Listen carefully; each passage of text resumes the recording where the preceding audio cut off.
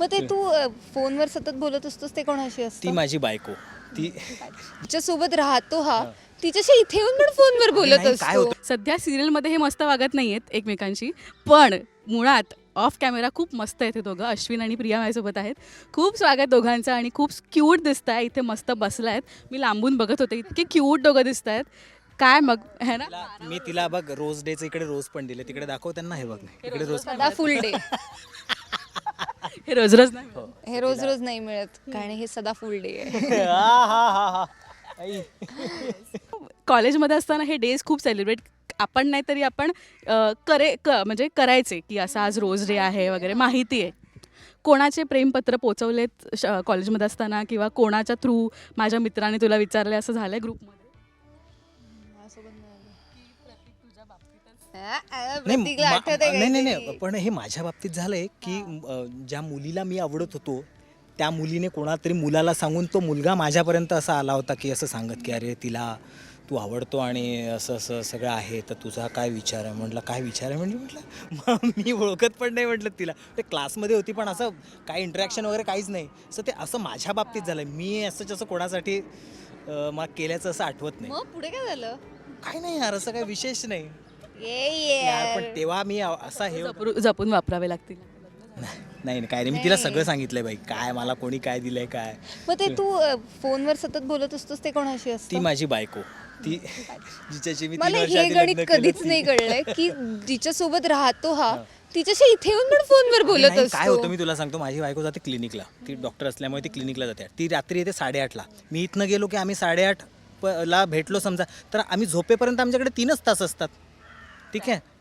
समजा 11:30ला अनिल सर झोपतो लवकर पॅकअप करायचं, फोनचं बिल वाढत चाललंय इथे. आणि परत सकाळी उठल्यानंतर जेवण बनवायचं असतं. तिचा डबा असतो, माझा पण डबा. तर त्यामुळे त्या याच्यात जेवढं बोललो होतं तेवढं. त्याच्यानंतर मग तिला वेळ असेल की मग गप्पा. पण तुझ्या लग्नाला किती वर्ष झाली? आता मेमध्ये 3 वर्ष होतील मला. सक्सेसफुली 3 वर्ष. पण मला सांग किती विरुद्ध आहे तुमचं हे करिअर की ती डॉक्टर आहे आणि तू ॲक्टर आहेस. त्याच्यामध्ये बॅलन्स ठेवणं किती इम्पॉर्टंट आहे. आणि आत्ता ना आपण सिंगल्स जे आहोत ना, प्रत्येक रील आपल्यासाठी असं वाटतं मला की अरे दिस इज मी इज दीदी इज मी असं वाटतं मला. काय सांगशील? मुळात काय माहिती आहे का, म्हणजे मी या सिरियलमध्ये डॉक्टर करत असतो ना प्रिया. म्हणजे सगळ्यांना सांगू मला डॉक्टर किंवा या प्रोफेशनविषयीच इतकं कुतूहल आहे ना. म्हणजे 12वीपर्यंत माझं सायन्सच होतं, बायोलॉजी होतं. पण मी पुढे ते कंटिन्यू नाही केलं. पण मला त्या फील्डविषयी त्या सगळ्या गोष्टींविषयी इतकी क्युरिओसिटी आहे ना की ती मी तिच्याशी नेहमी बोलत असतो की हे काय ते काय. कधी कधी इथे डायलॉग पण जरी आले ना मी तिला विचारतो की यार मला आहे ना हे असं वाटत नाही व्यवस्थित. इथे काय टेक्निकल टर्म असते या याच्यासाठी तुम्ही काय वापरता. आणि या व्यतिरिक्तही मी तिच्याशी या विषयावर खूप बोलत असतो की तुला माहिती आहे का काय काय नवीन या गोष्ट आता या मेडिकल फील्डमध्ये आल्या आहेत किंवा केसांसाठी नवीन काय ड्रग्ज आले आहेत. हे मी तिच्याशी खूप बोलत असतो. त्यामुळे मला तिच्या फील्डविषयी कुतूहल आणि तिला पण माझ्या फील्डविषयी कुतूहल आहे. सो त्यामुळे आम्ही ते असे आम्हाला असं कधी नाही झालं की अरे यार ही डॉक्टर आहे मला हिला कन्वे करायला प्रॉब्लेम होतो आहे की मी काय फेस करतो आहे.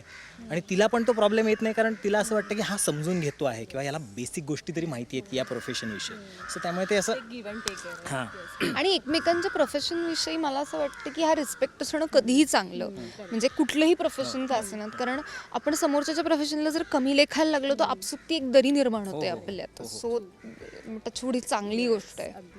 प्रियंका मला सांग तुझ्यासाठी बेअर मिनिमम काय की एखादी व्यक्ती किंवा असं नाही की लाईफ पार्टनर कुठलाही पर्सन त्याच्याबद्दल की हे ह्या व्यक्तीमध्ये आहे दॅट इज इनफ, त्याच्या पलीकडे अजून काय नको आहे. तुझ्यासाठी बेअर मिनिमम काय?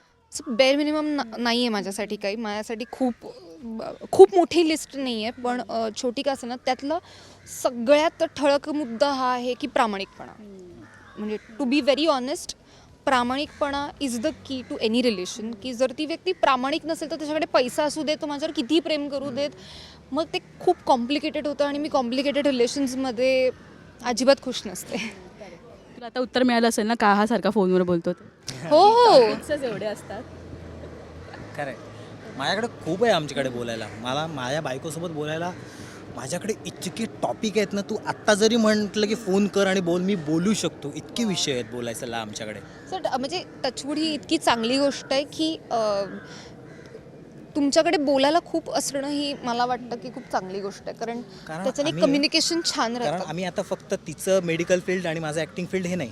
आम्ही आता कुठेतरी बसतो आणि एखादं पुस्तक चाळतो. मग गॅलेक्सीबद्दल व्हिडिओज बघतो की काय तुला काय वाटतं गॅलेक्सीबद्दल, स्पिरिच्युअलिटीबद्दल तुझे काय मतं आहेत काय ह्याविषयी आम्ही इतक्या कितीतरी भांडणं होतात आमची यावरनं की तू हे तुला असं वाटतं की तू हा मुद्दा तुला अजून थोडा विचार करायला किंवा वाचायला नाही पाहिजे का, असं इतकं बोलायला आहे ना, तर त्याच्यामुळे मला असं वाटतं कमीच आहे. त्यांना चॅलेंज करणं पण खूप इम्पॉर्टंट आहे. अश्विननी काही प्लॅन केलं आहे की काय की अश्विन तर आता लांब चाललाय असं दिसतंय मला प्रियापासून. प्रेक्षकांच्या मनासारखं व्हायला लागलं आहे आता, कारण मला थोडी थोडी अक्कल यायला लागली आहे की बायको माझी तुला माहिती आहे, मी तर खरं सांगते, माझी आजी, तू सेटवर गेलीस की त्या अश्विनला सांग आजी ती सिरियल आहे नाही तरी पण सांग. हो हो खरं आहे खरं आणि जेव्हा आपण हाऊस टूर केली होती, अगं किती सुंदर आहे ती प्रिया, किती छान आहे. अरे पण हीच गंमत आहे. मला वाटतं की ना तुमच्या कॅरेक्टर, तुम्ही जसे पर्सनली कॅरेक्टर म्हणून आहात, प्रियांका म्हणून आहात, आणि त्याच्या एकदम कॉन्ट्रास्ट तुम्हाला काहीतरी कॅरेक्टर करायला मिळणं.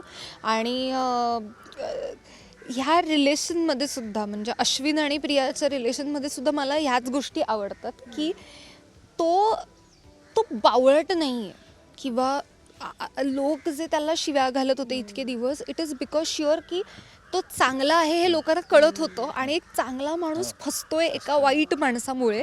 तर ही जी लोकांची तगमग आहे ना, की का कळत नाही ह्याला की ती चांगली नाही आहे, ती त्याला का दिसत नाही, तर ही इंटरेस्टिंग आहे. आणि सगळंच जर खूप असं असतं की अरे अश्विनला पहिल्या दिवशी कळलं असतं की प्रिया वाईट आहे, मग त्यांच्यात लग्नच होत नाही, तर काही गंमतच आली नसती त्यात. सो प्रेक्षकांना मी एवढंच सांगू शकते की आम्हाला माहिती आहे की तुमची क्युरिओसिटी आणि तुमची एन्झायटी असते की कधी कळणार की प्रिया तन्वी नाही आहे, सायली तन्वी आहे, वगैरे वगैरे. पण ते जे कुतूहल तुम्हाला मध्ये मध्ये अनुभवता येतं ना, त्याच्यात मजा आहे. हो ते तर आहे. आणि मध्ये मी एक कमेंट अशी पण वाचलेली की सिरियलचा एंड, म्हणजे अश्विन आणि प्रियाचा एंड असा करा की प्रिया अश्विनच्या प्रेमात पडली आहे, असं झालं तर किती मस्त होईल ना. ते होणं तर जरा थोडं कठीण आहे. होऊ शकतं, व्हायला काही हरकत नाही. हां, होऊ शकतं. पण का म्हणजे मला असं वाटतं की प्रिया जसं कॅरेक्टर आहे की वाईट, स्वार्थी, निर्दयी मुलगी आहे, ती प्रेमात पडूच शकते. हो. स्वार्थी प्रेम असेल ते थोडंसं, हो. पण ती प्रेमात पडूच शकते. त्यामुळे यू नेव्हर नो की असं काही होऊ शकतं.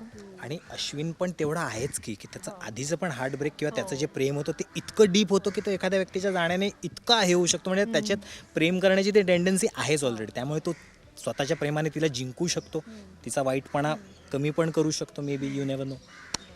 प्रेमाने आता व्हॅलेंटाईन्स वीक तू सेलिब्रेट केलंस पर्सनल लाईफमध्ये की हे सगळं फॉलो केलंस, प्रॉमिस डे आणि वॉट नाही गं? Same page. मी व्हॅलेंटाईन्स डेला फक्त बायकोसाठी रोज किंवा मग असं चॉकलेट, असं बुके वगैरे असं घेऊन जातो, तेवढं मी करतो फक्त. पण असं खूप डे बाय डे असं आम्ही नाही साजरे करत. पण मला असं वाटतं की जो पुरुष किंवा जी बाई रोज एकत्र घरी राहून सुद्धा वेगळे असताना कॉल करतात, तो त्यांच्यासाठी रोजच व्हॅलेंटाईन डे आहे यार. You have got your Valentine. हो हो हो खरं आहे खरं आहे खरं आहे. बरं, आता आपण ना एक्सपिरियन्स्ड पर्सन आणि न्यू पर्सन यांच्याकडनं एक ॲडवाईस घेऊया की तू म्हणजे जेनझी लोकांसाठी दे ॲडवाईस की बाबा जिस चीज के लिए तुम भाग रहे हो उसके लिए जरा रुको, आणि तू असं सांग की 3 वर्ष झाली लग्नाला आणि त्याच्यामधनं तू काय ॲडवाईस देशील प्रेक्षकांना? लोकांना खूप आवडतं ॲडवाईस. नाही, ऐकतात, घेत कोणी नाही. नाही पण यार ते काय माहिती आहे का, मी ना थोडंसं ओल्ड स्कूल आहे आणि आता जनरेशन इतकं बदलतं आहे ना, त्यांना माझे सजेशन्स पटतील की नाही थोडंसं मला डाऊट वाटतो. कारण मी माझ्या मित्रांना ज्या सजेशन्स द्यायला जातो त्यांना असं होतं की मला हे पटतं आहे, पण हे इम्प्लिमेंट करायला गेलो तर मला तसाच व्यक्ती मिळेल का ह्याची पण गॅरंटी नाही आहे. पण तुला माहिती आहे, मी एक रिसर्च बघितलं ज्याच्यामध्ये असं आहे की जेनझी आहेत ना, 80% दे आर ओल्ड स्कूल, त्यांना जुन्या गोष्टी आवडतात. त्यातले 40% जे आहेत, 20% जे आहेत ते नवीन असे मॉडर्नाइज क्लबिंग वगैरे आहेत. पण 80% दिस वॉज सो शॉकिंग की हे सगळं.